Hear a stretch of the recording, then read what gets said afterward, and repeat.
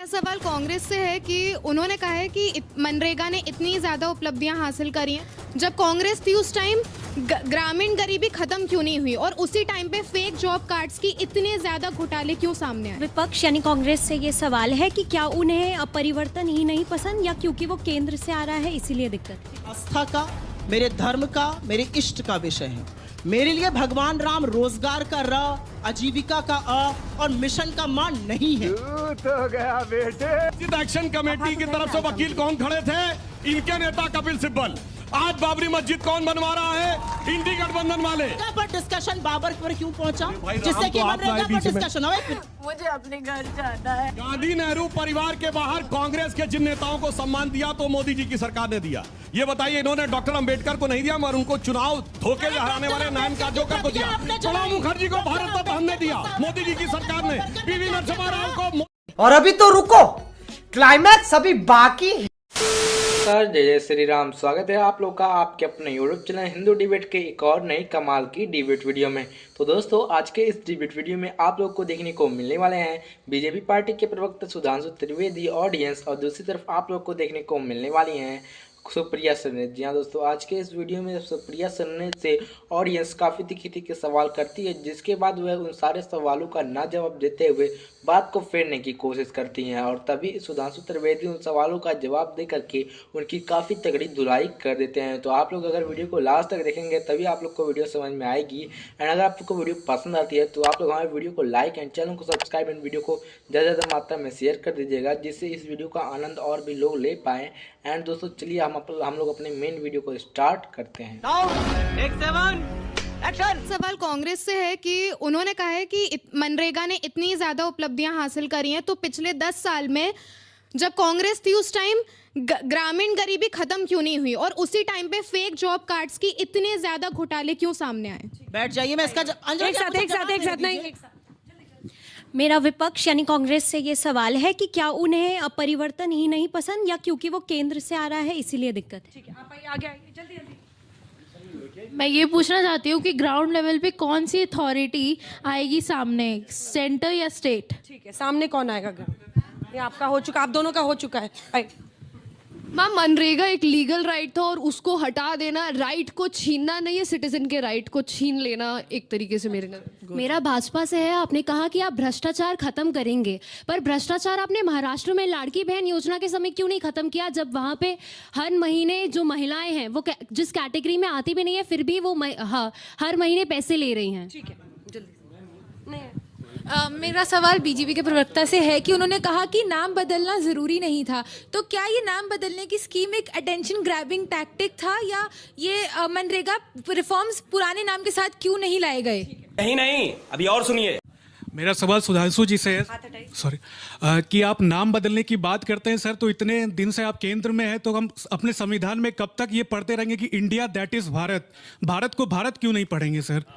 ठीक है, चलिए आप ही से शुरू करते हैं। नेक्स्ट राउंड में मुझसे शुरू करिए। पहले भी उन्होंने उनसे खत्म किया था पहले वाला राउंड। अरे सुप्रिया जी, आप ही से शुरू कर रहे हैं, शुरू करिए सुप्रिया जी।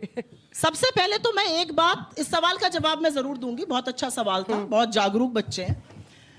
मुझे राम के नाम पर जो ये पेडल कर रहे हैं उस पर आपत्ति है। मैं प्रैक्टिसिंग हिंदू हूं, मैं भगवान राम की उपासक हूं। मेरे लिए भगवान राम आस्था का, मेरे धर्म का, मेरे इष्ट का विषय है। मेरे लिए भगवान राम रोजगार का र, आजीविका का अ और मिशन का मान नहीं है। इसलिए भगवान राम के नाम को इस तरह से दुरुपयोग मत कीजिए। सबसे पहले मैं ये कहूंगी, वीबी ग्रा अगर इसको कोई कहे, वीबी GRG कोई कहे, ये कैसे चलेगा? भगवान राम के नाम का दुरुपयोग मत करिए। आप लाखों करोड़ों लोगों की आस्था पर प्रहार कर रहे हैं। तेरा तो गेम बजाना पड़ेगा। वो अलग बात है कि आप राम राज्य को समझ ही नहीं पाए, क्योंकि राम राज्य में दैहिक दैविक भौतिक तापा, राम राज नहीं कहूं व्यापा है, वो आप समझ नहीं सकते। यहां पर मुझसे पूछा गया कि हमारे कार्यकाल में गरीबी खत्म क्यों नहीं हुई। 14% रूरल इकोनॉमी की आय बढ़ी, 26% लोग गरीबी खत्म हुई रूरल एरिया में। 27 करोड़ लोगों को 2004 से 14 गरीबी की सीमा रेखा से बाहर खींच निकाला। ये किया राइट्स बेस्ड उसने। और मैं आपको एक छोटी सी बात बताकर अपनी बात खत्म करती हूं। बहुत सारे सवालों का जवाब बीजेपी को देना है। ये सिर्फ मनरेगा की बात नहीं है, ये सिर्फ एक भूमिहीन किसान की बात नहीं है, एक लेबर की बात नहीं है जो दिहाड़ी मजदूरी करता है। जो व्यक्ति दिहाड़ी मजदूरी करने जा रहा है उसको आप GIS tool, dashboard, geo tagging, AI audit, ये सब करने को मजबूर कर रहे हैं। अभी एसआईआर हो रहा था, बीएलओ तो गांव के सबसे पढ़े लिखे लोग होते हैं, ज्यादातर शिक्षक होते हैं। 40 बीएलओ की मौत हो गई। नहीं, मैं नहीं मानता, क्योंकि वो नहीं कर पा रहे थे इस तरह की टेक्नोलॉजी।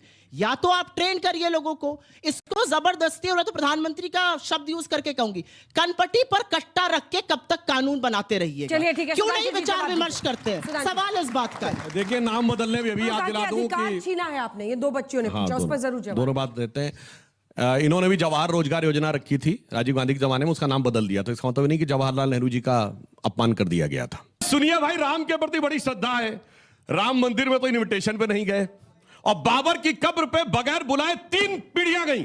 1959 में नेहरू, 68 में इंदिरा गांधी और 2005 में राहुल गांधी। और सुनिए, 1968 में इंदिरा गांधी गई, नटवर सिंह ने अपनी किताब one life is not enough में लिखा है कि मैं उनसे चंद कदमों की दूरी पर था, और इंदिरा जी ने कहा कि ये इतना ग्रेट क्षण है कि लग रहा है कि सदियां सिमट कर चंद पलों में आ गई हैं। बीच में ना बोल, ये one life is not enough किताब नटवर सिंह जो आपके फॉरेन मिनिस्टर थे उन्होंने लिखा है। अब मैं बता रहा हूं, अरे भाई एक बार अपने टर्न पे बोलिए भाई। अब सुनिए, आज आजाद, ये बताइए सर, अपने टर्न पे बोलिए।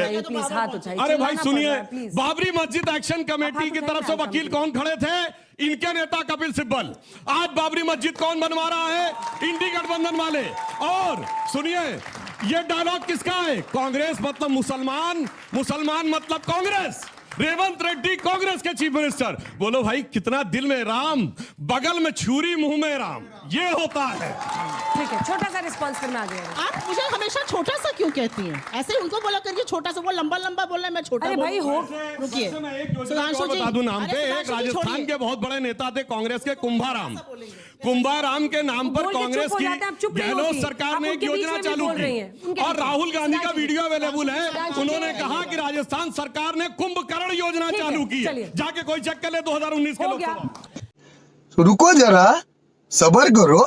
मनरेगा पर डिस्कशन बाबर पर क्यों पहुंचा? जिससे कि मनरेगा पर डिस्कशन हो। 1 मिनट भाई, हम हिंदुस्तान में रहते हैं, और मेरे लिए हिंदुस्तान की खिलाफत करने वाला सबसे बड़ा आदमी जिन्ना था।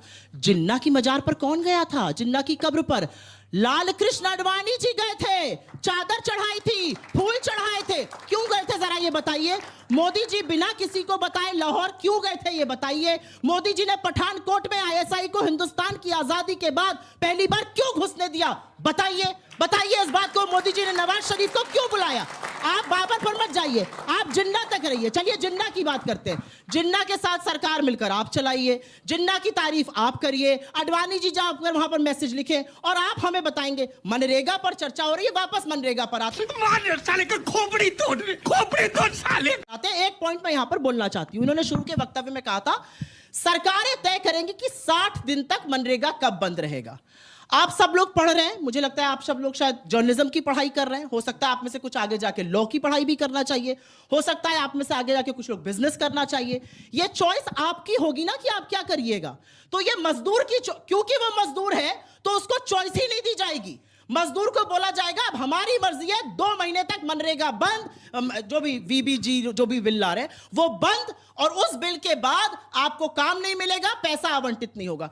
क्योंकि वो मजदूर है, उसकी कोई इज्जत नहीं है, उसकी कोई चॉइस नहीं है। वो क्यों जाकर प्राइवेट सेक्टर के फार्म पर काम करे? वो सार्वजनिक काम करना चाहता है, वो पब्लिक यूटिलिटी काम करना चाहता है, वो पुलिया बनाना चाहता है, वो सड़क बनाना चाहता है। अंजना जी, एक तो ये लगातार सुप्रिया जी कह रही हैं कि व्हाट्सएप पे फर्रे वाले हैं, फिर उन्हीं बच्चों की तारीफ करें। जेनजी वाले ही भाई, वही और अभी तो रुको, क्लाइमैक्स अभी बाकी। आर्टिफिशियल इंटेलिजेंस करते हैं वही व्हाट्सएप वाले, वो सब वो देखते हैं। और व्हाट्सएप पर भेजी गई हर चीज को आप अगर ये कह रहे हैं कि वो गलत है, यानी मोड ऑफ कम्युनिकेशन को जो टाइम के साथ बदला है, लेकिन जो मूल बात है, मूल बात है, जब आप बोल नहीं पाए, चले यहाँ पर बातें जो सरकार में आता है, मतलब हमें तो बाबर के नाम पे भी रोड नहीं चाहिए, हमें तो अकबर के नाम पे भी रोड नहीं चाहिए, हमें दिल्ली में जब ये आते हैं अपने प्रधानमंत्रियों के नाम पर करते हैं, यहाँ पर आते हैं वो अपना एजेंडा चलाते हैं।